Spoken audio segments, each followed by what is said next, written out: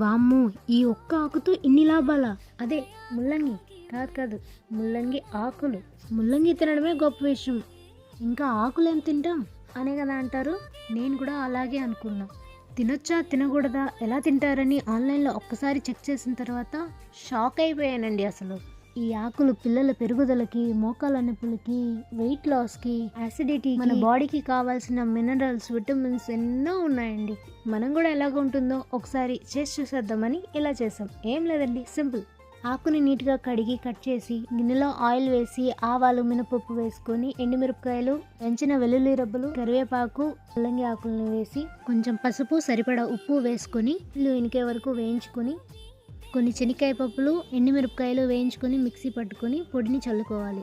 అంతే, ముల్లంగి ఆకుల fry ready. Taste అయితే చాలా బాగుంది. మీకు ఈ ఆకులు దొరికితే అస్సలు మిస్ చేయకండి. అలాగే కాస్త సబ్స్క్రైబ్ చేయండి ప్లీజ్.